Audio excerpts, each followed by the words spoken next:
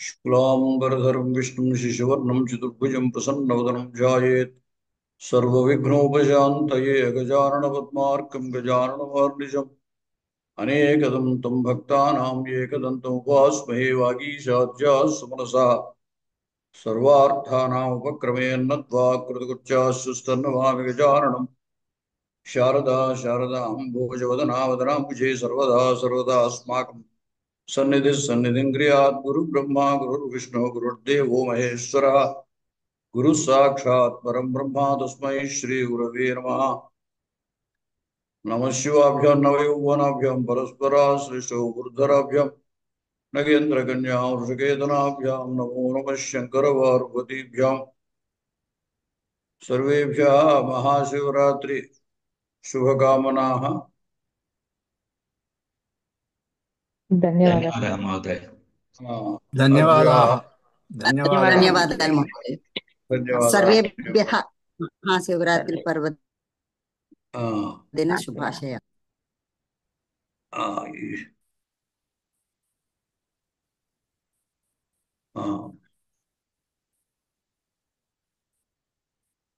ఆయన దిలీపుడు వనములోకి వెళ్ళాడు అని చెప్పాడు.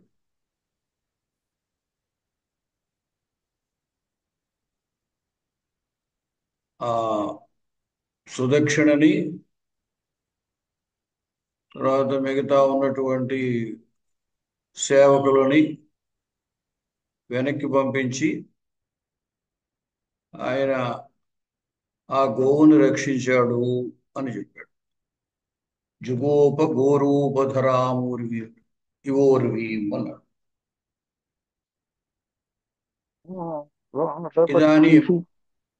ఇదానీం సేవా ప్రకారం వర్ణయతి.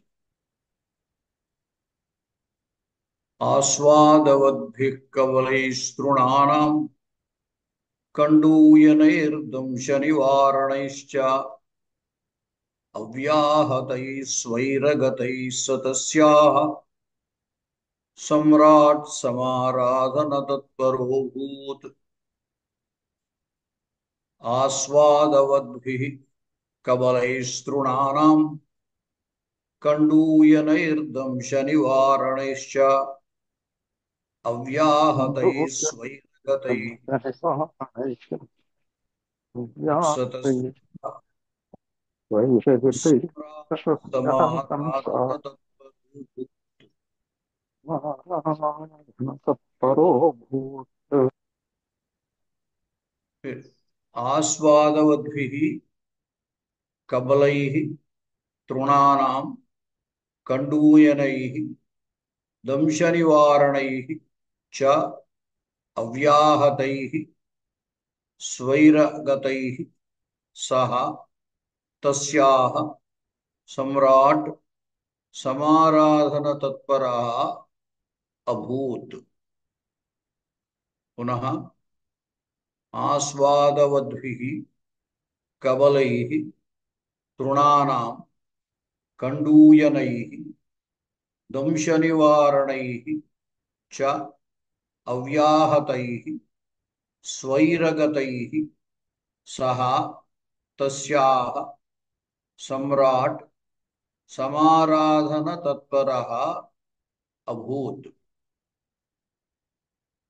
पुनः आस्वादवद्भिः कबलैः तृणानां कंडूयनैः दंशनिवारणैः च अव्याहतैः स्वैरगतैः सह तस्याः सम्राट् समाराधनतत्परः अभूत्. इदानीं यः कश्चन पदानां विभक्ति वचने वदतु। अहं वदामि महोदय। मम नाम राणी अस्मि। अहं राणी अस्मि।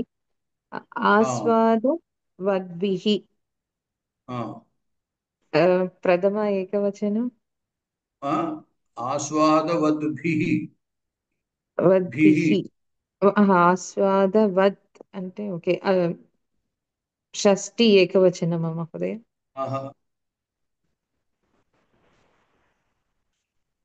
वद्भिः भिः ఓకే ఓకే అర్థమైంది అర్థమైంది ఆ ఆ చతుర్థి వద్భ్యः हरिणा వద్భిः हरिभ्यां तृतीया हरिभिः बहुवचनं हरिणा హరిభిः हरिभ्यां हरिभिः गुरुणा गुरुभ्यां तृतीया गुरुभिः बहुवचनम् अहं वदामि महोदय उमासुन्दरी అహం వదామి మహోదయ ఇది నాకు తెలియదు మిగతా నేను ట్రై చేస్తాను మహోదయ ఓకే తృతీయ బహువచనము కబలైః ఇది కూడా రామైః లాగా తృతీయ బహువచనం తృణానాం ఇది షష్ఠి బహువచనం రామానాం లాగా కండూయనైః తృతీయ బహువచనం దంశ నివారణైః తృతీయ బహువచనం చ అవ్యయం అవ్యాహతైః తృతీయ బహువచనం స్వైరగతైః తృతీయ బహువచనం సహ ప్రథమ ఏకవచనం తస్యాః ఇది షష్ఠి ఏకవచనమా మహోదయ షష్ఠి ఏకవచనం ఏకవచనం సమ్రాట్ ఇది ప్రథమ ఏకవచనం సమారాధన తత్పరః ఇది కూడా ప్రథమ ఏకవచనం అభూత్ ఇది క్రియాపదం భూతత్వం लिट्लकारम् एवं नाम ये इतः पूर्वं पठितवन्तः ధన్యవాదములు संस्कृतज्ञाः वर्तन्ते ते आदौ न वदन्तु कुत इति चेत् नूतनानां सः अभ्यासः आवश्यकः अतः ये अहं वदामि బేసిక్ కొంచెం కష్టం ఉందని నేను ట్రై చేస్తున్నా మహోదయ అందుకని అదర్వైజ్ అది నేను అహం వదామి మహోదయ ఉమాసుందరి उच्यताम् ఆస్వాదవద్భిః తృతీయ బహువచనం ఆస్వాదవద్భిః పుంలింగము కవలైః పుంలింగము తృతీయ బహువచనము తృణానాం ఇది షష్ఠి బహువచనం తృణానాం కండూయనైః ఇది తృతీయ బహువచనం దంశ నివారణైః ఇది తృతీయ బహువచనం చ అవ్యయం అవ్యాహతైః ఇది తృతీయ బహువచనం స్వైరగతైః తృతీయ బహువచనం సహ దకారాంత తత్శబ్దం సహ ప్రథమ ఏకవచనం తస్యాహ దకారాంత తత్శబ్దం స్త్రీలింగ శబ్దం షష్ఠి ఏకవచనం తస్యాహ సమ్రాట్ పుంలింగము ప్రథమ విభక్తి ఏకవచనం సమారాధన తత్పరః అకారాంత పుంలింగ శబ్దము ప్రథమ విభక్తి ఏకవచనం అభూత్ భూధాతువు లిట్లకారం భూధాతువు లుంగు లుంగు ప్రథమ పురుష ఏకవచనమది లుంగు లుంగు లుంగది సరే గురుగారు ఇది భూతి లుంగ లంగ ఏంటి అది లుంగు లుంగు లంగ అయితే అభవత్ ఓకే బభూవ లిట్టు బభూవ లిట్టు ఇది అభూత్ లుంగు అనర్ధతన దానికి లంగ్ అభవతు లుంగు అభూతు లిట్టు బభూవ బభూవ సరే చాలు అహం వదామి ఇప్పుడు అర్థం చెప్తాను వినండి దీంట్లో ప్రథమా విభక్తులన్నీ ఒకవైపు అంటే విశేషణ విశేష భావం కలిగి ఉంటాయి సంస్కృతే విశేషణ విశేషయోః లింగ వచన విభక్తయః సమానతయా వర్తంతే అతః అత్ర సహ ప్రథమ ఏకవచనం సమ్రాట్ ప్రథమ ఏకవచనం సమారాధన తత్పరః ప్రథమ ఏకవచనం सः सः दिलीपः इतः पूर्वं यः उक्तः सः सः दिलीपः तस्य विशेषणं सम्राट् सम्राट् सम्यक् राजते इति सम्राट् सः राजा महाराजः समाराधन तत्परः समाराधनं सेवा सेवायां तत्परः अत्र गोसेवायां तत्परः दिलीपः अभूत् अभवत् अथवा बभूव सः सम्राट् समाराधन तत्परः अभूत् सः दिलीप महाराजः समाराधन तत्परः गोसेवा तत्परः गोसेवा निरतः अभूत् बभूव सः गोसेवां कथं करोति इति चेत्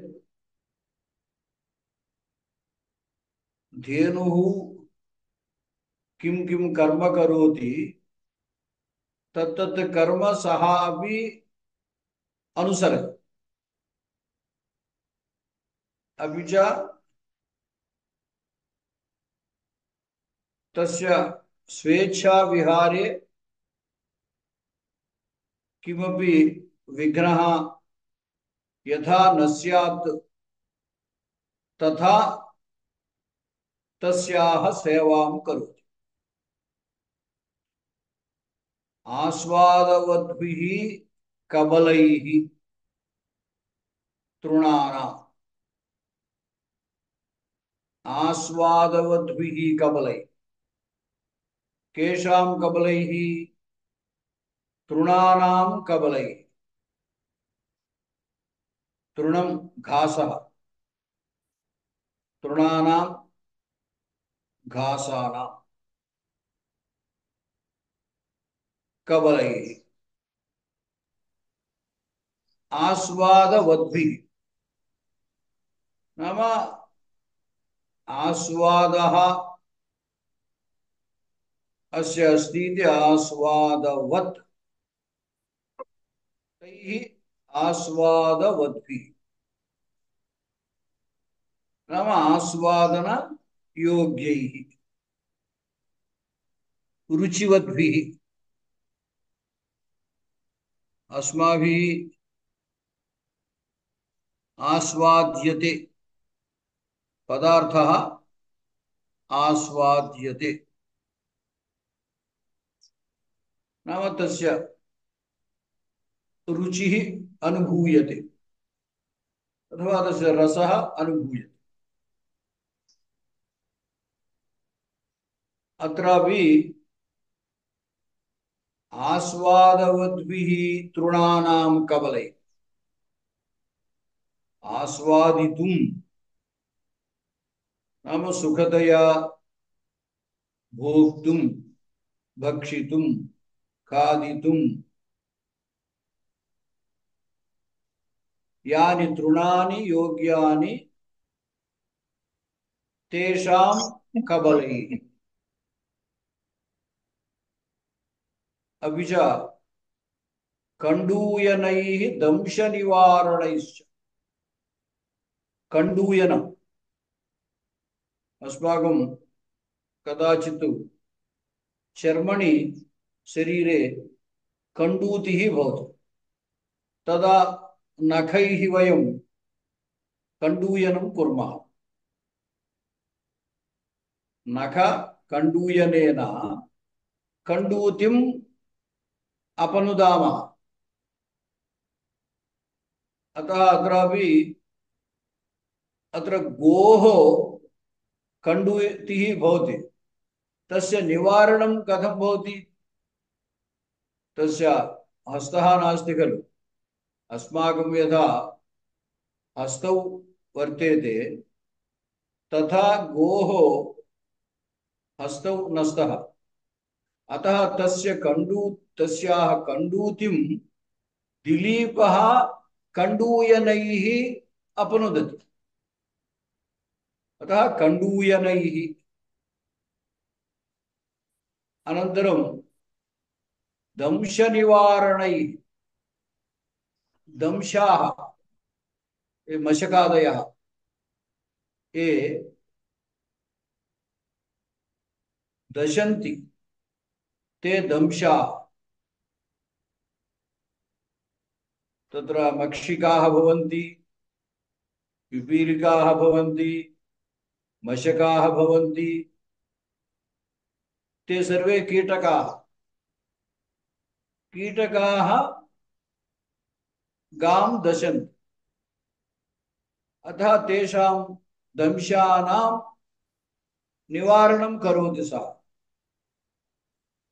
अतः किं वदति? दंशनिवारणै। दंशानां मक्षिका कीटकादीनां निवारणैः अपनोदनैः अथवा अपवारणैः च। अपि च अव्याहतैः स्वैरगतैः तस्याः। अव्याहतैः स्वैरगतैः। व्याहतिः अव्याहतं नाम विघ्नः। अव्याहतः अविघ्नः। अव्याहतैः नाम अविघ्नैः अनुपहतैः। स्वैरगतैः। स्वैरं स्वैरं नाम स्वेच्छा। स्वैरगतैः स्वेच्छा गमनैः। तत्र गतम् इत्यस्य गमनम् इत्यर्थः। स्वैर शब्दः स्वेच्छावाचकः।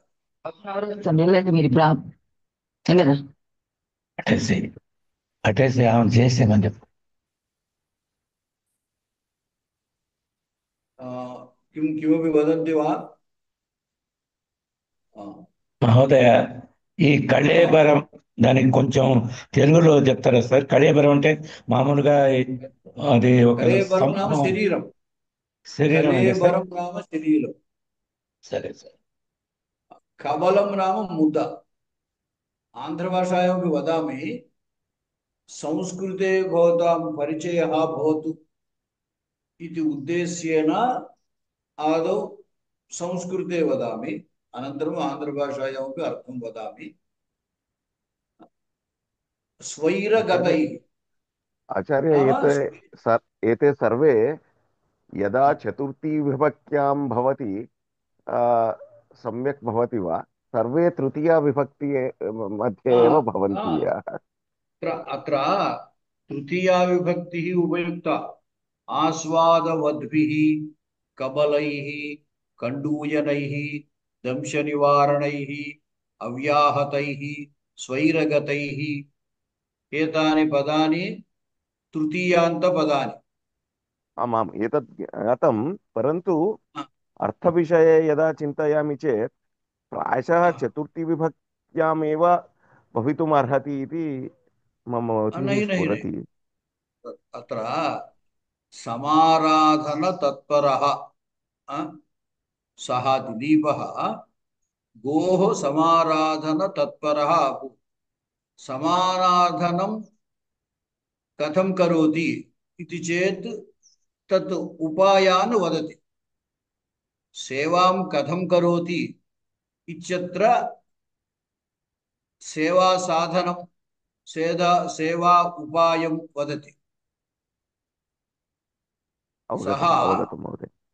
सः गोः क्षुधा वर्तते, तदानीं गोः तृणम् आवश्यकम्। अतः आस्वादयोग्यं तृणं स्वीकृत्य तृणानां कबलैः तस्य मुष्टिपरिमितैः सः गवे ददाति। आस्वादनार्थं भक्षणार्थं गवे ददाति। स्वयं सः एव दिलीपः एव तृणम् आनीय कबलैः ददाति, कबलरूपेण गवे ददाति। एवं धेनोः कण्डूतिः भवति। अतः दिलीपः धेनोः कण्डूतिं निवारयति, नाम सः कण्डूयनं सः करोति।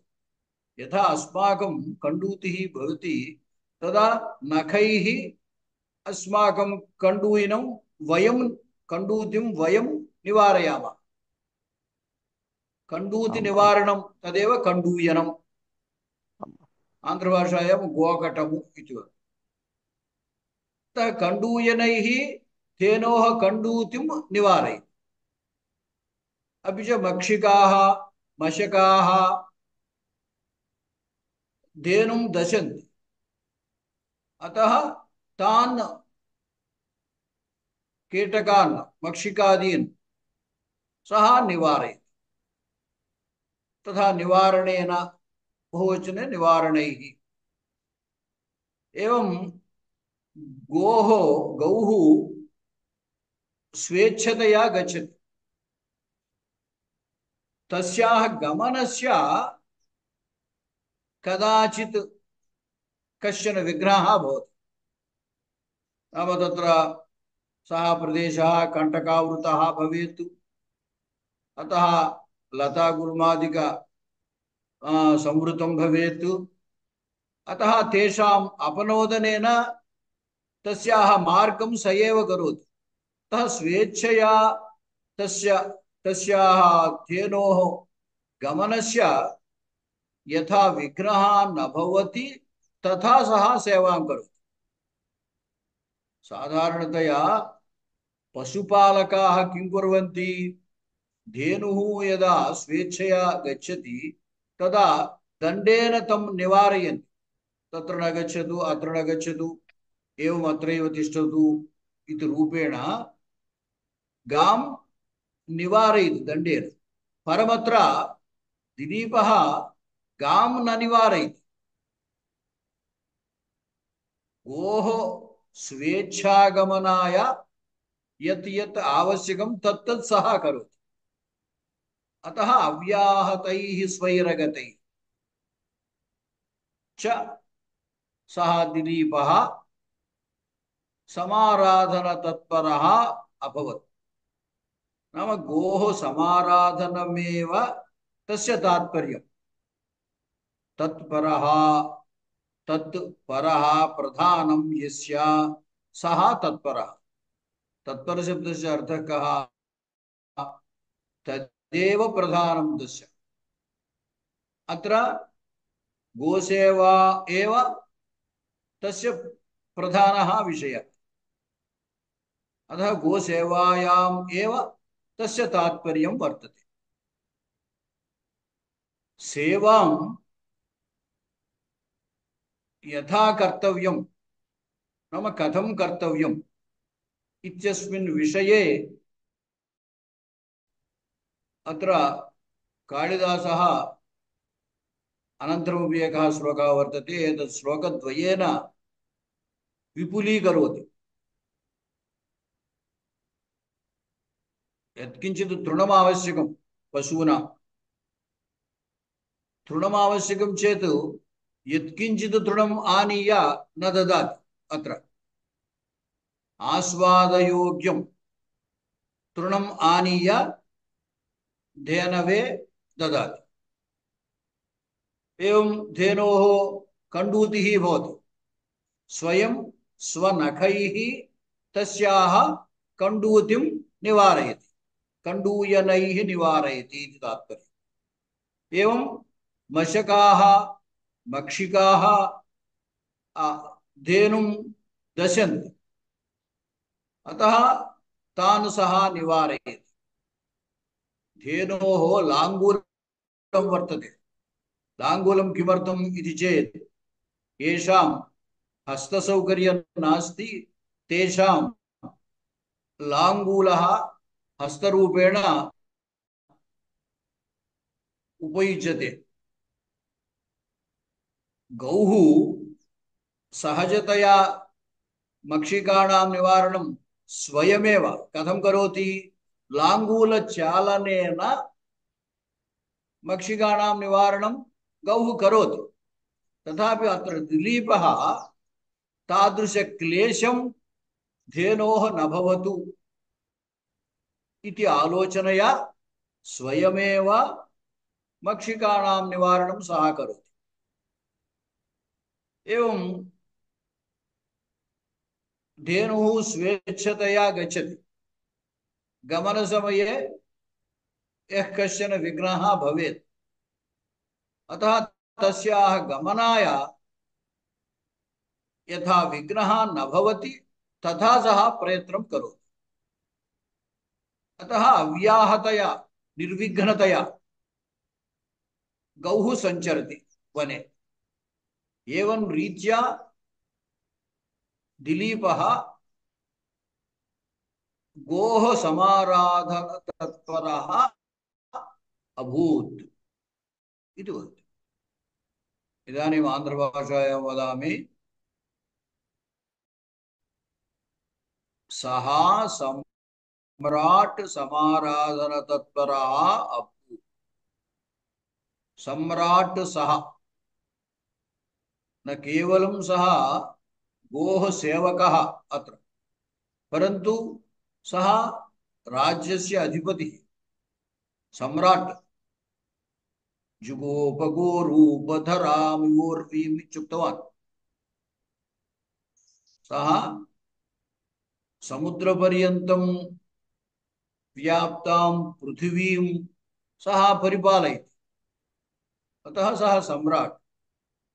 तादृशः सम्राट् दिलीपः इदानीं तस्याः गोः नन्दिनीधेनोः समाराधनतत्परः अभूत्, सेवातत्परः बभूव। सः सेवां कथं करोति इति विषयं प्रतिपादयति। ఆయన కేవలము గోవుని పరిపాలించేటువంటి పశుపాలకుడు కాదు, రాజ్యానికి మహారాజు, పరిపాలకుడు. సముద్రం వరకు వ్యాపించి ఉన్న భూమండలానికి పరిపాలకుడు. అటువంటి దిలీపుడు ఇప్పుడు ఈ గోసేవా వ్రతాన్ని ఆచరిస్తున్నాడు కాబట్టి ఆ గోవును సేవించడంలోనే తాత్పర్యం కలిగిన వాడు అయ్యాడు. గోవును సేవించడంలోనే తాత్పర్యము అంటే గోసేవే ప్రధానమైన కార్యముగా కలిగినవాడు. అదే ఇప్పుడు అతనికి ముఖ్యం అన్నమాట. అయితే సేవ ఎట్లా చేస్తున్నాడు అంటే, ఇప్పుడు గోవుకి ఆకలి వేస్తుంది అంటే దానికి ఆహారం కావాలి. కాబట్టి మంచి గడ్డి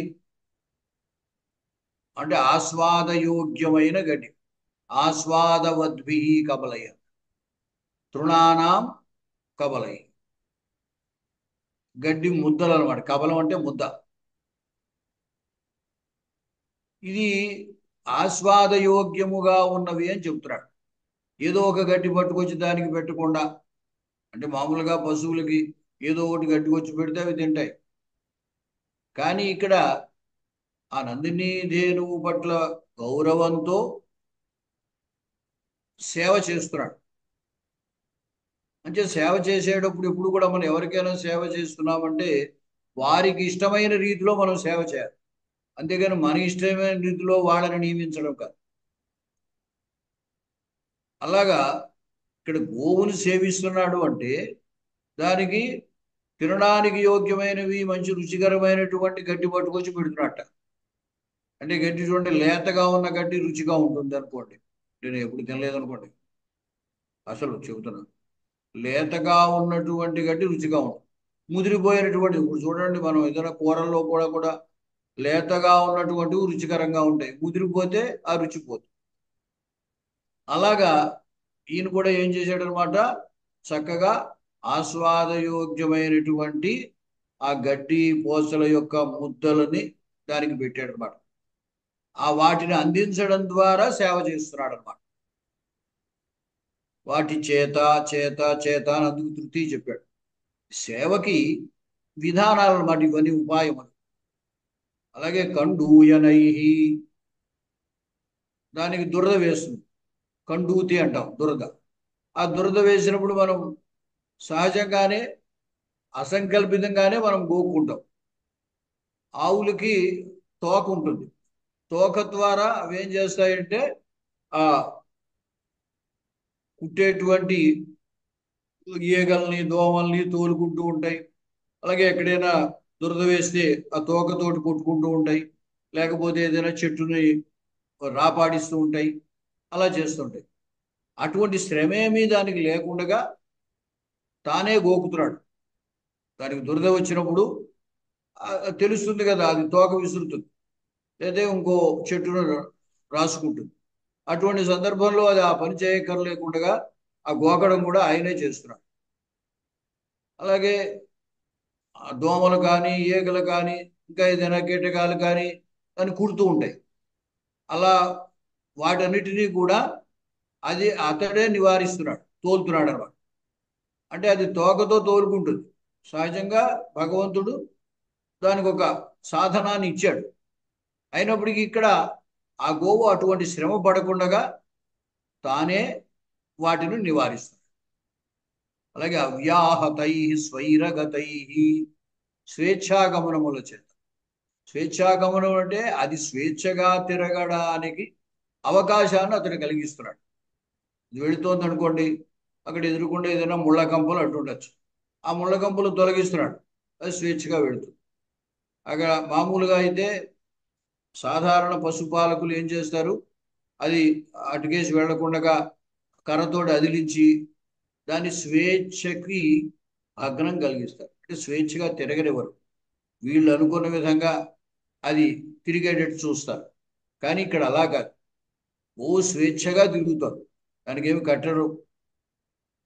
ఇప్పుడు కొన్ని చోట్ల ఏం చేస్తుంటారంటే ఆ పశువులు అటు ఇటు వెళ్ళిపోకుండా దానికి కట్టేసి ఒక చెట్టుకు కట్టి అది కొంచెం మేర తిరగడానికి వీలుగా బాగా పొడిగైనటువంటి ఏదో తాడు కట్టేసి దాని చెట్టు కడతారు. అది ఆ తాడు అందినంత మేర స్వేచ్ఛగా తిరుగుతుంది. కానీ అది స్వేచ్ఛగా తిరిగినా దానికి బంధనం ఉందన్నమాట. అలాగే ఇక్కడ అటువంటి బంధనాలు లేవు, అది స్వేచ్ఛగా ఎక్కడికైనా తిరగచ్చు. అలా తిరగడానికి వీలుగా అతడు ఏర్పాటు చేస్తున్నాడు అన్నమాట, ఎటువంటి నిర్బంధం లేకుండా. అంచేత అవ్యాహతై అంటే అడ్డు లేనటువంటి, మధ్యలో విఘ్నం లేనటువంటి, స్వైరగతై స్వేచ్ఛాగమనముల చేత, సహ తస్యా సమారాధన. ఇప్పుడు అది ఎక్కడికైనా వెళితే కొంతమంది మనం చూస్తున్న పశుపాలకులు దాన్ని వదిలేసి వాళ్ళు ఎక్కడో చెట్టు కింద కూర్చుంటారు. అలా కాకుండా ఇతను ఏం చేస్తున్నాడు అనమాట, అది ఎక్కడికి వెళ్తే అలాగే దాంతో బాగుంటే అది తిరగడానికి ఎటువంటి ఇబ్బంది కలగకుండా కూడా వెళుతున్నాడు అనమాట. ఆ విధంగా దిలీపుడు నందినీ ధేనువుని సేవించడంలోనే తాత్పర్యం కలిగిన వాడు, అంటే అదే తనకు ముఖ్యమైనటువంటి పనిగా భావించేటువంటి వాడు, ఆ విధంగా చేస్తున్నాడు అని చెప్పారు. ఈసారి ప్రతిపదార్థం చూడండి. ఆస్వాదవద్భి అంటే తినుటకు యోగ్యములైన లేదా ఆస్వాద యోగ్యములైన, ఇంకా కావస్తే రుచికరములైన, తృణానాం గడ్డిపోసుల యొక్క, కబలై ముద్దల చేత, కండూయనై కండూయనముల చేత. కండూయనం అంటే గోకడం, గోగుటల చేత అనాలనుకోండి. దంశ నివారణై చ మక్షికాదులను, అయితే ఈగలు దోమలు మొదలగు వాటిని నివారించుటల చేత. ఇవన్నీ బహువచనాలు చెప్పారు, అంచేత మనం కూడా బహువచనాలు చెప్పాలి. నివారించుటల చేత.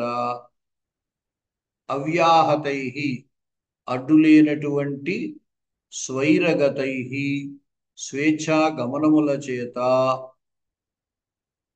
సమ్రాట్ మహారాజైన సహా ఆ దిలీపుడు తస్యాహ ఆ నందినీ ధేనువు యొక్క సమారాధన తత్పరః సేవా తత్పరుడు అని చెప్పేయండి. దానికి భావార్థం ఏమిటంటే సేవయే ప్రధానముగా కలిగినవాడు, సేవా తత్పరుడు అంటాం. భక్తి తత్పరుడు అంటారు కదా, అలాగే ఇక్కడ సేవా తత్పరుడు అభూత్ అయ్యను. ఇంకోసారి చూడండి. ఆస్వాదవద్భిః తినుటకు యోగ్యములైన తృణానాం గడ్డిపోచల యొక్క కబలైః ముద్దల చేత కండూయనైః గోకుటల చేత దంశ నివారణైః చ అంటే ఈగలు మొదలగు వాటిని అయితే దోమలు మొదలగు వాటిని నివారణముల చేతను అవ్యాహతై అడ్డులేనటువంటి స్వైరగతై స్వేచ్ఛా గమనముల చేతను సమ్రాట్ మహారాజైన సహా ఆ దిలీపుడు తస్యా ఆ నందినీ ధేనువు యొక్క సమారాధన తత్పరః సేవా తత్పరుడు అభూత్ ఆయను. ఈసారి దాని ప్రతిపదార్థం ఎవరైనా చెప్తారా? అహం వదామి మహోదయ. చెప్పండి. ఆస్వాదవద్భిః రుచికరములైన తృణానాం గడ్డి పరకల యొక్క కవలైః ముద్దల చేత కండూయనైః గోకుట చేత గోకుటల చేత దంశ నివారణైః దంశ నివారణైః చ ఈగలు దోమలు మొదలైనవి కుట్టకుండా బాధించకుండా చేయుట చేత మొదలను నివారించుట చేత నివారించుట చేత అవ్యాహతై అడ్డంకులు లేకుండా చేయుట చేత. అడ్డంకులు లేని, ఇంకా ఇది విశేషణం, అవతల విశేష్యం ఉంది. అడ్డంకులు లేని స్వైరగతై చ స్వతంత్రంగా నడిచేదానికి దారి చేయటం చేత. అంతొద్దు, అంటే తాత్పర్యంలో మనం అట్లాంటివి చెప్పాలి. ఇక్కడ సాక్షాత్తుగా పదానికి అర్థం. స్వైర అంటే స్వేచ్ఛ, గత అంటే గమనం. స్వేచ్ఛా గమనముల చేత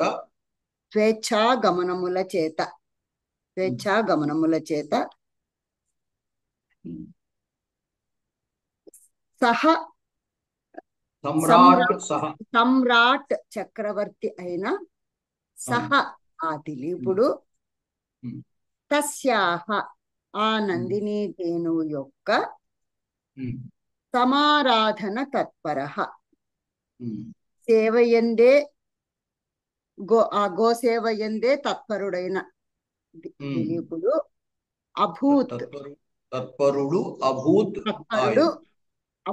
అయ్యను. అంతే.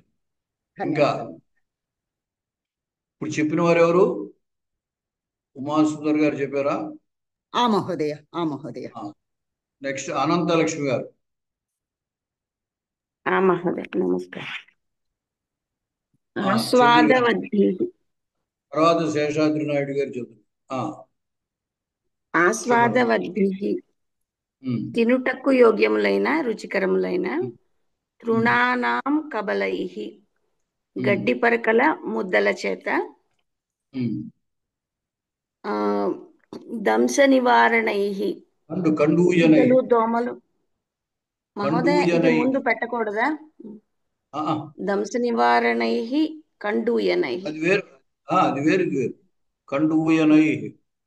కండూయనైః అంటే గోకుటల చేత దంశ నివారణై ఈగలు దోమల మొదలైన వాటి నివారణ చేత నివారించుటల చేత అవ్యాహతై అడ్డంకులు లేని స్వైరగతై స్వేచ్ఛాగమనముల చేత చ మరియు సమ్రాట్ చక్రవర్తి అయిన దిలీప చక్రవర్తి తస్యాహ ఆ నందిని ధేను యొక్క సమారాధన తత్పర సేవా తత్పరుడు అభూత్ అయ్యను. ఏమండి శేషాద్రినాయుడు గారు చెప్తారా? చెప్తాను సార్. చెప్తాను సార్. చెప్పండి. చక్రవర్తి అయిన దిలీపుడు రసవర్జితములైన గడ్డి పరకల యొక్క ముద్దల చేతను, గోకుట చేతను, ఈగలను తోలుట చేతను, ఇటువంటి అటు ఇటు కదల్చబడని స్వేచ్ఛా సంచారముల చేతను దాని యొక్క సేవా తత్పరుడు ఆయన. మొత్తం అంతా తెలుగు చెప్పేశారు, సంస్కృత పదాలు చెప్పకుండా. చెప్తాను సార్. చెప్పంటారు సార్? చెప్పండి. అలా చెప్పాలి అసలు.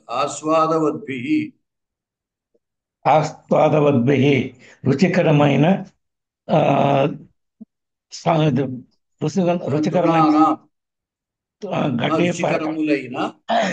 రుచికరమైన తృణానాం గడ్డి పరకల యొక్క కమలై ముద్దల చేత, కండుయనై గోకుట చేతను, దంశ నివారణ ఈగలను తోలుట చేతను,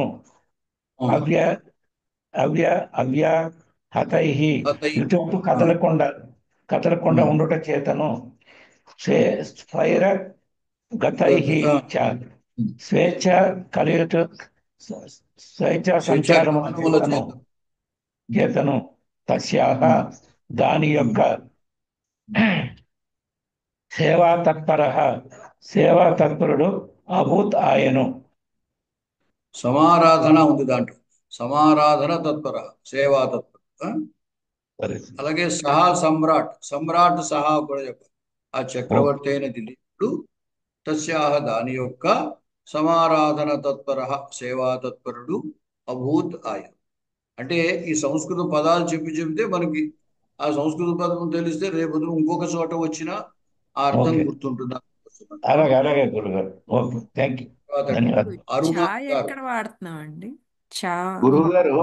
గురుగారు చా ఉంది కదా, అది ఎక్కడ వాడుతున్నామండి? అది చివర దాని పక్కనే వాడచ్చు. దంశ నివారణై చా, ఈగలను తోలుట చేతను, ఈగలని నివారించుటల చేతను. చా పట్టుకొచ్చి స్వైరగతై చ చివరిలో ను అని చెప్తాం కాబట్టి అడ్డంకులు లేని స్వేచ్ఛాగమనముల చేతను అని ఇక్కడ చెప్పచ్చు. గురుగారు ఒక చిన్న సందేహం. చెప్పండి. కబళై అంటే మనం ముద్దలు అంటున్నాము,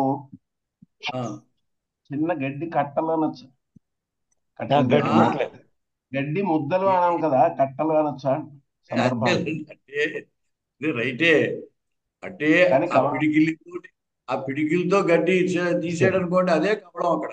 అంతేగాని మనం అన్నం ముద్దలాగా అది ముద్ద చేసేయడానికి ఉద్దేశం కాదు. అది సరే.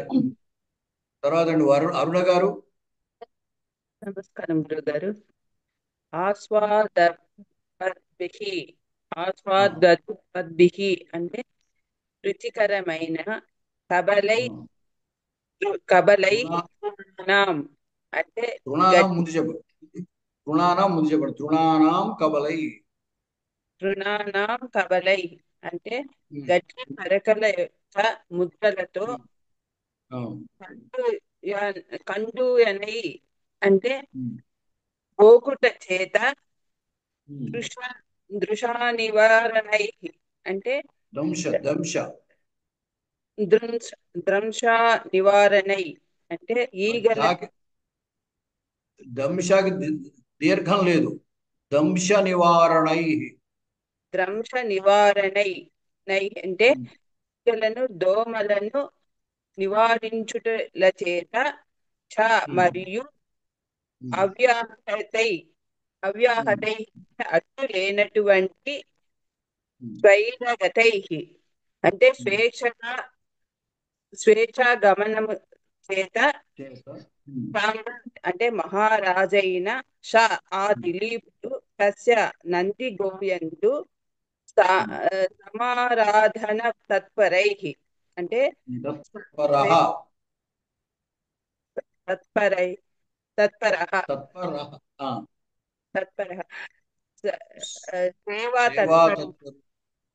సేవా తత్పరుడు అభూత. అభూత్ అంటే అయ్యను. అభూత్. మీరు మీరు ప్రతి పదం దగ్గర అంటే అనక్కర్లేదు, మామూలుగా చెప్పాడు. సరే, సుధర్మ గారు. ఆస్వాదవద్భిః ఆస్వాదించుటకు యోగ్యమైన తృణానాం గడ్డి పరకల యొక్క కబలైః ముద్దల చేత కండూయనైః గోకుటల చేత తృతీయ దంశ నివారణైః ఈగలు దోమలను నివారించుట చేతను చ మరియు అవ్యాహతైః అడ్డంకులు లేని స్వైరగతైః స్వేచ్ఛాగమనముల చేత సామ్రాట్ అయిన మహారాజైన సహ ఆ దిలీపుడు తస్యాహ నందిని ధేనువు యొక్క సమారాధన తత్పరః సేవా తత్పరుడు అభూత్ ఆయను. తర్వాత శివనారాయణ గారు. నమస్కారం మహోదయ. నమస్కారం.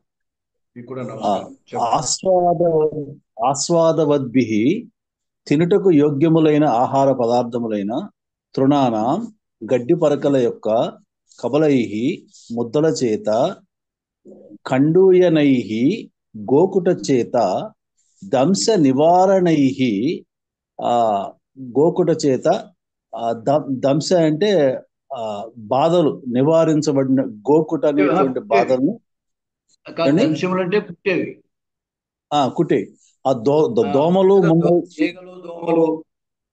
ఈగలు దోమలు మున్నగు వాటిని నివారించి చ మరియు అవ్యాహృతైః తొలగింపబడిన స్వైరహద్గతైః అవ్యాహతం అంటే అడ్డంకులు లేని అవ్యాహతైః అడ్డంకులు లేని స్వైరగతైః స్వేచ్ఛగా విహరించటానికి యోగ్యములైన సహ సామ్రాట్ ఆ దిలీప్ మహారాజు గారు సమారాధన తస్యాహ ఆ నందిని ధేనువు యొక్క సమారాధన తత్పరాహ సేవలో సేవాపరాయణుడిగా అభూత్ అగుచున్నాడు ఆయను. సరే, ఇంకొక శ్లోకం చెబుదాము.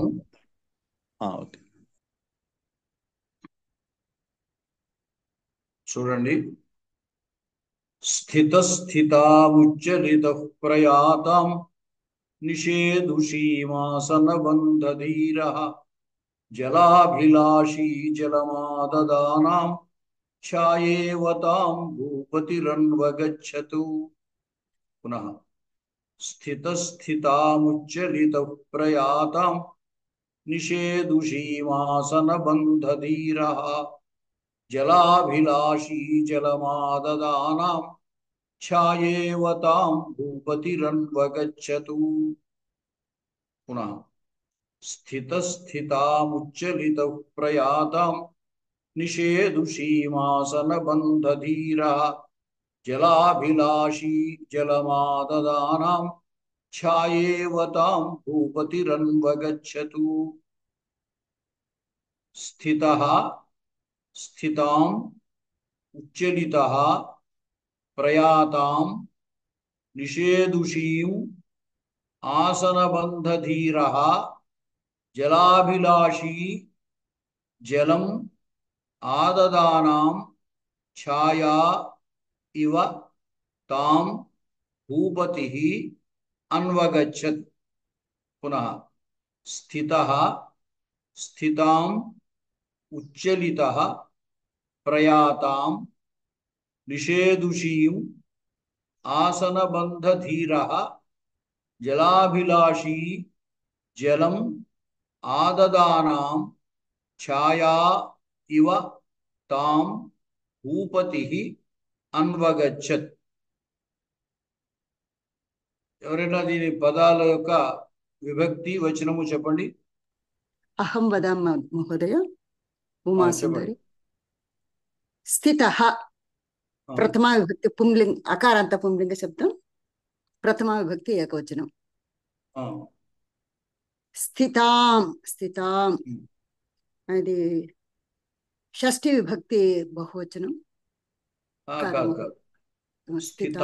ఆకారాంత స్త్రీలింగం స్త్రీలింగ కాబట్టి ద్వితీయ విభక్తి ఏకవచనం. ఆకారాంత స్త్రీలింగ శబ్దము ద్వితీయ విభక్తి ఏకవచనం. స్థితాం.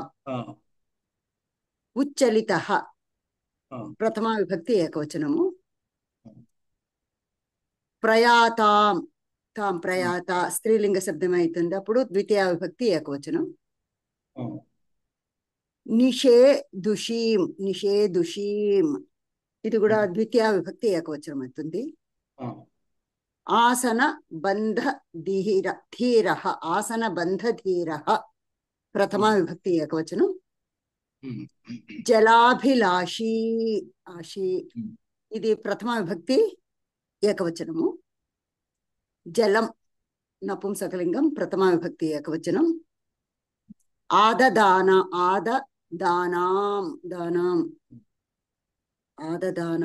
ఆదదానాం ద్వితీయ విభక్తి ఏకవచనం మహోదయ.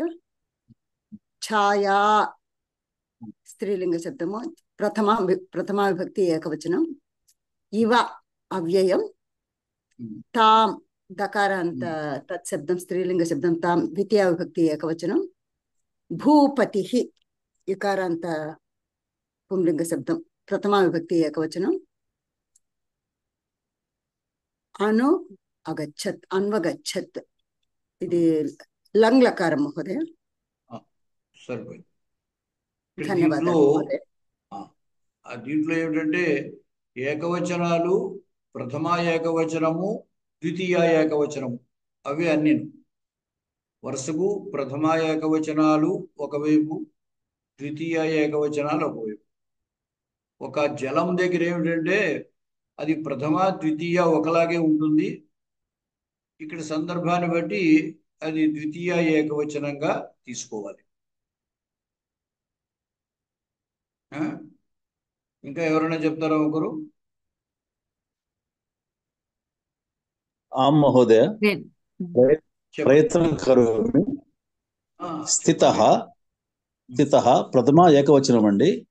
స్థితాం ఆకారాంత స్త్రీలింగః ద్వితీయ విభక్తి.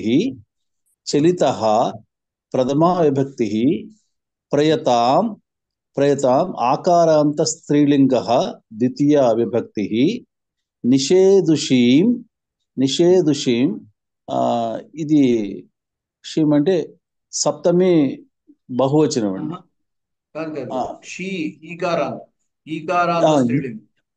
ఈకారాంత స్త్రీలింగము అనుబంధ ఆసన బంధ ధీరః ధీరో ధీరః ప్రథమ ఏకవచనం అండి. అభిలాషి ఇది నపుంసకలింగం అండి. పుంలింగమే ప్రథమ ఏకవచనం.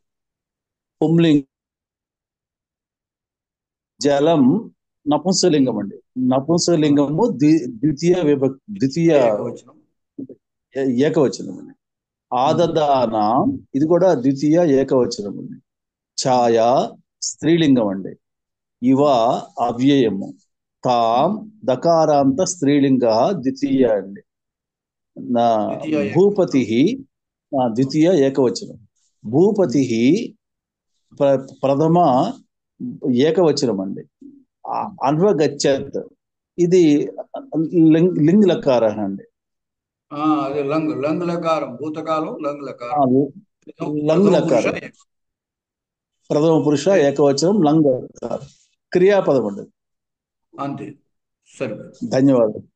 సార్ చూడండి, ఇప్పుడు దీంట్లో భూపతి అన్వగచ్చత్, భూపతి నామ అత్ర భువః పతిః భూపతిः మహీపాలः రాజా దిలీపः, సः దిలీపः అన్వగచ్చత్, అను అగచ్చత్ అన్వగచ్చత్ నామ అనుసృత్య అగచ్చత్ గతవాన్,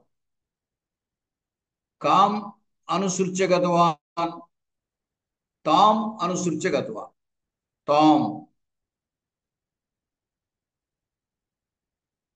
इत्युक्ते नन्दिनीधेनुं, तां नन्दिनीधेनुं अनुसृत्य गतवान्। भूपतिः नाम महीपालः महाराजः दिलीपः तां नन्दिनीधेनुम् अन्वगच्छतु, अनुययौ इति वक्तुं शक्यते, अनुजगाम इति वक्तुं शक्यते, अथवा अनुगतवान् अनुसृतवान् एवं रीत्या वक्तुं शक्यते। भूपतिः कथम् अन्वगच्छतु, तत्र कालिदासः उपमानं ददाति, छाया इव ताम् अन्वगच्छति, छाया इव, छाया यथा सदा अस्मान् अनुसरति तद्वत् दिलीपः नन्दिनीधेनुम् अनुसरति। यदि वयम् उपविशामः अस्माकं छाया अपि उपविशति, यदि वयं गच्छामः छाया अपि गच्छति, यदि तिष्ठामः छाया अपि तिष्ठति, यदि धावामः छाया अपि धावति। नाम अनुसरणे छायां विना अधिकतया न किमपि अस्ति।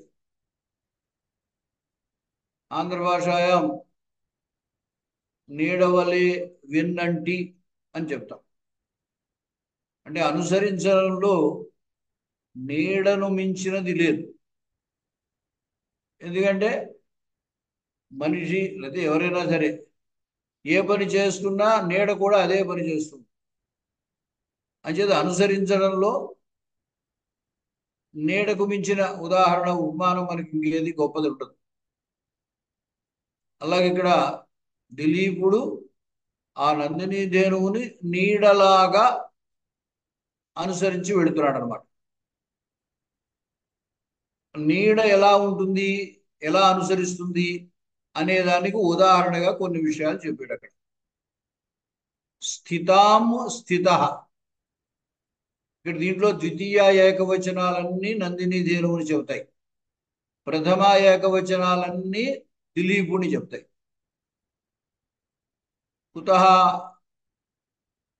అత్ర కర్త భూపతి, ప్రథమ ఏకవచనం, భూపతి అన్వగచ్చత్, కాం అన్వగచ్చత్, తాం తాం నందిని ధేనుం అన్వగచ్చత్. అతః భూపతి పుంలింగ ప్రథమ ఏకవచనం. ఉపరి యాని పదాని పుంలింగ ప్రథమైకవచనాని సంతి తాని సర్వాణి అపి రాజానం వదంతి. తాం స్త్రీలింగ ద్వితీయ ఏకవచనం. అతః శ్లోకే యాని స్త్రీలింగ ద్వితీయ ఏకవచనాని సంతి తాని సర్వాణి అపి నందిని ధేనుం వదంతి. అతః స్థితాం స్థితః అన్వగచ్చత్. స్థితాం నందిని ధేనుం నామ స్థిత నిశ్చల, ఎత్ర కుత్రాపి న గచ్చతి, ఏకత్ర తిష్టతి. తథా స్థితాం నామ నిశ్చలతయా వర్తమానాం నందినీధేనుం సహ దిలీపः స్థితः సహ अपि अत्र कुत्रापि न गच्छति तत्रैव तस्य समीपे एव तिष्ठति निश्चलतया अतः स्थितः अन्वगच्छति अनुजगाम एवं प्रयाताम् उच्चलितः स्थित गौः किं करोति प्रयाति नाम अग्रतः गच्छति तदानीं सः अपि उत्चलितः सः अपि तया सह गच्छति चलति एवं चलितः सन् अन्वगच्छति अनुजगाम निषेधुषीम् आसनबन्धधीरः कुत्रचित् गौः उपविशति उपविशति नाम तत्र गवाम् उपवेशनं कथं भवति एवं चतुष्पाद जन्तूनाम् अधस्तात् शयनमिव वर्तते పశువులు కూర్చోవడం అంటే అవి పడుకున్నట్టుగా నాలుగు కాళ్ళు కింద ఆనిచి పడుకుంటే దాన్నే కూర్చోవడం అన్నారు అంటే ఎక్కడికి బయటికి వెళ్లకుండా స్థిత అంటే నించుని ఉండడం ప్రయాతం అంటే ముందుకు నడుస్తూ ఉండడం నిషేధుషి అంటే ఒక చోట అలాగా పడుకుని ఉండడం అన్నమాట కూర్చుని ఉండడం అని చెప్పారు అంచేది అది కూర్చుని ఉన్నప్పుడు ఈయన కూడా ఆసన బద్ధధీరా ఈయన కదలకుండా అది ఎక్కడ ఉంటే ఆయన అక్కడే కూర్చుంటాడు జలాభిలాషి జలం ఆదదానాం జలాభిలాషి అన్వగచ్చతి గౌః నందినీధేనుః జలం ఆదదాతి స్వీకరోతి జలం పిబతి తథా జలం పిబంతీం నందినీధేనుం సహాపి జలాభిలాషీ సన్ అన్వగచ్చతి नाम अत्र यदा पिपासा वर्तते तदा जलं पिबामः अत्र नन्दिनीधेनुः जलं पिबति परं दिलीपः जलं न पिबति कुतः तस्य पिपासा नास्ति केवलं धेनुः पिबति इति कृत्वा अयमपि जलं न पिबति अतः अत्र किम् उक्तवान् जलाभिलाषी नाम जलम् इच्छन् सः अपि अन्वगच्छत् नन्दिनीधेनुम् अनुजगाम एवं धेनुः यत् यत् कर्म करोति तत् तत् सः अपि अनुसरति तत् जलसमीपं तत्र सरस्तीरं वा तटाकं वा पल्वलं वा यत्किञ्चित् वर्तते वने साधारणतया पल्वलानि भवन्ति तत्र धेनुः गच्छति जलं पिबति अतः सोऽपि तत् पल्वलसमीपं सोऽपि गच्छति एवं रीत्या छाया इव नन्दिनीधेनुं दिलीपः अनुसरति अनुससार अथवा अनुजगाम अनुगतवान् अनुसृतवान् एवं रीत्या वक्तुं शक्यते స్థితాం అంటే నిలిచి ఉన్న దానిని స్థితః అంటే నిలిచి ఉన్నవాడై ప్రయాతాం వెళుతున్నటువంటి దాన్ని నడుచుతున్నటువంటి దాన్ని ఉచ్చలితః నడుచుచున్నవాడై నిషేధుషీం కూర్చున్న దానిని ఆసన బంధధీరః అంటే కూర్చుని కదలకుండా ఉన్నవాడై ఇక్కడ ధీర అనే శబ్దానికి కదలకుండా ఉండడం ఆసన బంధ మనం కూర్చునేటప్పుడే కదా ఆసనం వేసేది మంచిది ఆసన బంధ ధీర ఇక్కడ ఆసన బంధ శబ్దానికే కూర్చోవడం అని అర్థం కూర్చుని కదలక ఉన్నవాడై జలం నీటిని ఆదదానాం స్వీకరించుచున్న దానిని లేదా త్రాగుచున్న నీటిని త్రాగడం అంటాం కాబట్టి ఆదదాన త్రాగుచున్న దానిని, జలాభిలాషి జలమును కోరుచున్న వాడై, అంటే ఈయన కూడా జలం దగ్గరికి వెళుతున్నాడే కానీ ఈయన నీరు తాగట్లేదు. ఛాయా ఇవ నీడవలే, తాం భూపతి, ఛాయా ఇవ నీడవలే భూపతి రాజు, తాం ఆ నందిని ధేనువును అన్వగచ్చతు అనుసరించి వెళ్ళాడు లేదా అనుసరించను అంటే సరిపోతుంది. మళ్ళీ చెప్తాను చూడండి.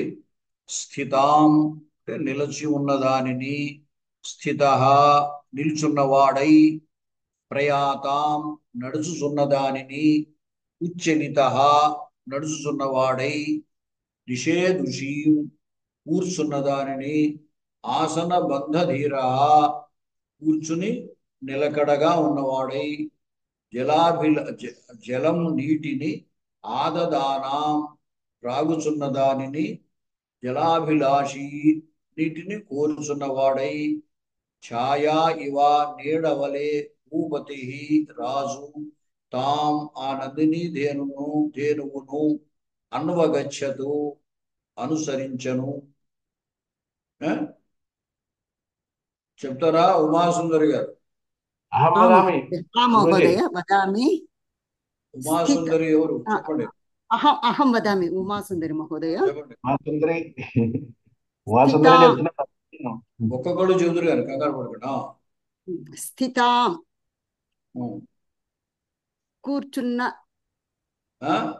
నిలబడ్డాం, నిలబడ్డ దానిని, నిలుచున్న దానిని, స్థిత నిలుచున్న వాడై, ప్రయాతాం వెళ్ళుచున్న దానిని, ఉచ్చలిత వెళ్ళుచున్న వాడై, నిషేధుషీం కూర్చున్న దానిని, ఆసన బంధధీర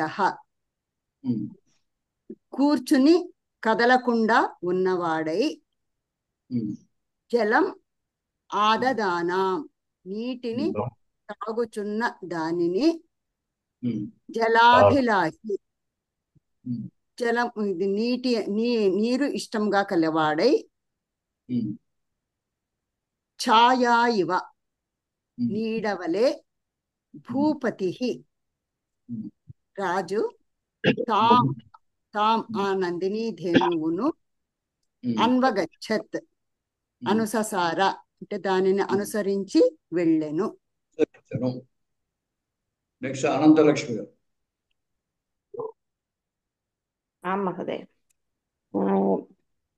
స్థితాం నిలిచి ఉన్న దానిని, స్థిత నిలిచి ఉన్నవాడై నిలబడి ఉన్నవాడై, ప్రయాతాం నడుస్తున్న దానిని, ఉచ్చలిత తను కూడా నడుస్తున్నటువంటి వాడై, ఆసన నిషేధుషీం ఒక చోట కూర్చుని ఉన్న దానిని, ఆసన బంధధీర అక్కడే ఉన్నటువంటి వాడై, జలం ఆదదానాం నీటిని త్రాగుచున్నవాడై, నిలకడగా కూర్చున్నవాడై లేదా కూర్చుని నిలకడగా ఉన్నవాడై, నిలకడగా ఉన్నవాడై, జలం ఆదదానాం నీటిని త్రాగుచున్న దానిని, జలాభిలాషి జలమును కోరుతున్నవాడై, ఛాయా ఇవ నీడవలే విసర్గలేదు ఛాయా ఇవ, ఛాయా ఇవ నీడవలే భూపతి రాజు అయినటువంటి ఆ దిలీపుడు, తాం ఆ నందిని ధేనువును అన్వగచ్చత్ అనుసరించను. శివనారాయణ గారు. ఆ మహోదయ. స్థితాం నిలబడి ఉన్న ఆ నందిని దేవునితో పాటు, స్థిత నిలిచినటువంటి వాడై, ప్రయాతాం నడుస్తున్నటువంటి ఆ నందిని దేవునితో పాటు, ఉచ్చలిత నడిచినటువంటి వాడై, నిషేధుషీం కదలక ఉన్నటువంటి ఆ నందిని దేవుని అనుసరించి, అనుబంధధీర కదలక కూర్చొని ఉన్నటువంటి వాడై, జలమాదదాన నీటిని త్రాగుతున్నటువంటి ఆ నందిని ధేనువుతో పాటు జలాభిలాషి ఆ జలమును కోరినటువంటి వాడై ఛాయా ఇవ నీడవలే సహభూపతి ఆ దిలీప్ మహారాజు తాం ఆ నందిని ధేనువుని అన్వగచ్చత్ అనుసరించెను. దీంట్లోనూ మీరు దానిని చెప్పేటప్పుడు తోబాటు అని చెబుతున్నారు. నందిని ధేనువుతో పాటు అలా చెబితే తో అంటే తృతీయ విభక్తి అవుతుంది. అక్కడ ద్వితీయ ఉంది కాబట్టి ఆ నందిని ధేనువును అనే చెప్పండి. ఓకే. అది చివరి కూడా ఎలాగ తాం అంటే ఆ నందిని ధేనువును అనవగచ్చత్ అంటే అనుసరించను అని చెబుతున్నాం కదా. అంచేత ఆ ద్వితీయులన్నిటికీ కూడా నువ్వు అనే చెప్పండి. తాత్పర్యం అదే. నందిని ధేనువుతో పాటు అది నిలిస్తే నిలిచాడు, కూర్చుంటే కూర్చున్నాడనే అర్థం. కానీ మనం ఆ పదానికి అక్కడ ఉన్న విభక్తే చెప్పుకుంటే మంచిది. ఓకే. తర్వాత అన్నారు కదా, దానికి లట్లగా ఆదతీయ ఏమిటి అక్కడ చెప్తా తర్వాత. సుధర్మ చెప్పండి. స్థితాం నిలిచి ఉన్న దానిని, స్థితః నిలిచి ఉన్నవాడై, ప్రయాతాం నడుస్తున్న దానిని, ఉచ్చలితః నడుస్తున్నవాడై, నిషేధుషీం కూర్చున్న దానిని, ఆసన బంధధీరః స్థిరముగా కూర్చున్నవాడై, జలం ఆదదానాం జలమును త్రాగుచున్న దానిని, జలాభిలాషి జలమును కోరుచున్నవాడై, ఛాయా ఇవ షాడో నీడవలే, భూపతి రాజు తాం మహారాజు తాం నందిని ధేనువును అన్వగచ్చత్ అనుసరించెను.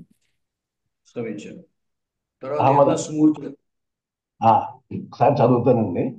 స్థితస్థితాముచ్చలిత ప్రయాతాం నిషేధుషీమాసన బంధధీరః జలాభిలాషీ జలమాదదానాం ఛాయేవతాం భూపతిరన్వగచ్చతు. స్థితాం నిల్చున్నటువంటి నందిని ధేనువును, స్థిత నిలబడిన వాడై, ప్రయాతాం నడుచుచున్నటువంటి నందిని ధేనువును, ఉచ్చలిత నడుచుచున్నవాడై, నిషేధుషీం కూర్చున్నటువంటి ఆ నందిని ధేనువును, ఆసన బంధధీర నిశ్చలముగా కూర్చున్నవాడై, జలం ఆదదానాం నీటిని త్రాగుచున్నటువంటి ఆ నందిని ధేనువును, జలాభిలాషి జలమును కోరుకున్నవాడై, ఛాయా ఇవ నీడవలే, భూపతి ఆ మహారాజు తాం ఆ నందిని ధేనువును అన్వగచ్చతు అనుసరించెను. ఇందాక ఎవరో సందేహం అడిగారు ఏమిటి?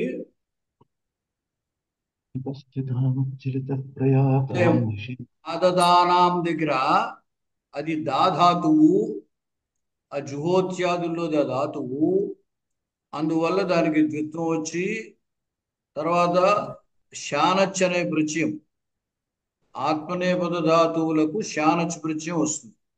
అందువల్ల దదానా అవుతుంది. దదానా అంటే ఇచ్చుచున్నది అని. ఆ చేర్చడం వల్ల ఆదదానా అంటే స్వీకరించుచున్నది అని. అయితే నీటిని స్వీకరించడం అంటే సాధారణంగా మనం నీటిని త్రాగడం అంటాం కాబట్టి ఇక్కడ త్రాగడము అని చెబుతున్నాం. అలా కాకుండా దాని ఉన్న అర్థమే చెప్పాలి అంటే జలము నీటిని ఆదదానాం అంటే తీసుకుంటున్న దానిని లేదా స్వీకరిస్తున్న దానిని అని చెప్పాలి.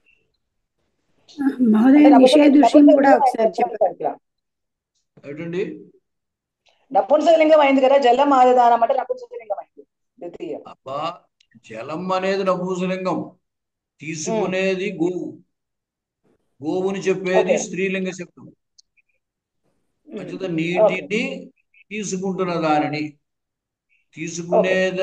తీసుకోవడం అనే క్రియలో కర్త గోవు, అంచేత అది స్త్రీలింగంలో ఉంటుంది. తీసుకొనబడేది కర్మ నీరు, అది నపుంసకలింగంలో. అది నిషేధుషి కూడా ఒకసారి ఎక్స్ప్లెయిన్ చేయండి. నిషేధుషి అంటే కూర్చోవడం అన్నాం కదా. అదే దాని ధాతు రూపం.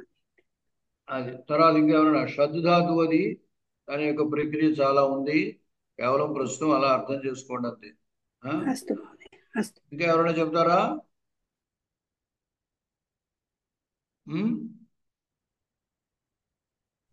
నేను చెప్తాను గురుగారు, నేను చెప్తాను.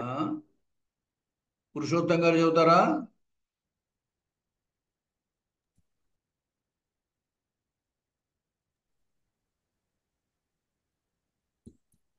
సరే, ఇంకా ఇవాళకి ఇక్కడ ముగిద్దాము. శివరాత్రి కార్యక్రమాలు ఉంటాయి కాబట్టి మళ్ళీ వారం కలుసుకుందాం. ఈలోగా మీరు ప్రాక్టీస్ చేయండి. ఇప్పుడు వీటికి పదాలకి విభక్తులు తెలిసాయి కాబట్టి ఆ మిగతా వచనాలు దీంట్లో ఏకవచనాలు ఉన్నాయి. ఇప్పుడు మొదటి శ్లోకంలో అయితే తృతీయ బహువచనాలు ఉన్నాయి. ఆ తృతీయ బహువచనాలకి ఏకవచన ద్వివచనాలు. రెండవ శ్లోకంలో అన్ని ఏకవచనాలు ఉన్నాయి, వాటికి ద్వివచన బహువచనాలు. ఆ శబ్దము గమనించి మీరు ఆ మిగతా వచనాలని రాయండి. అలాగా అభ్యాసం అట్లా చేయండి. దీంట్లో ఒకళ్ళు ఇద్దరు పేరు ఒకళ్ళే పెట్టారు, అది ఎంచేదో నాకు ఓపెన్ అవ్వలేదు. చూద్దామంటే ఇంతటి వారం శ్లోకాలు ఒక్కటి పెడితే మేము అన్ని రాసి పెడతాం మహోదయ. అది నాకు ఎంచేదో నా ఫోన్ లో ఓపెన్ అవ్వలేదు, చూడటం వీలు అవ్వలేదు. అంటే ఇప్పుడు మీరు పెట్టిన శ్లోకాలు లాస్ట్ వీక్ లో పెట్టిన శ్లోకం ఒక్కటి పెడితే మేము అంతా మీరు అలాగ ప్రయత్నం చేయండి. అలాగే ఇవాళ ఇంతటితోటి పాఠం ముగిస్తున్నాను. మళ్ళీ వారం కలుసుకుందాం. ఓం నమః శివాయ. ఓం నమః శివాయ. ధన్యవాదాలు. నమో నమః గురూజీ. నమో నమః. ఓం నమః శివాయ. పర్వదిన శుభాశయ. రాధయామస్తావతు. ఓం నమః శివాయ. మొబైల్ పని చేయలేదు.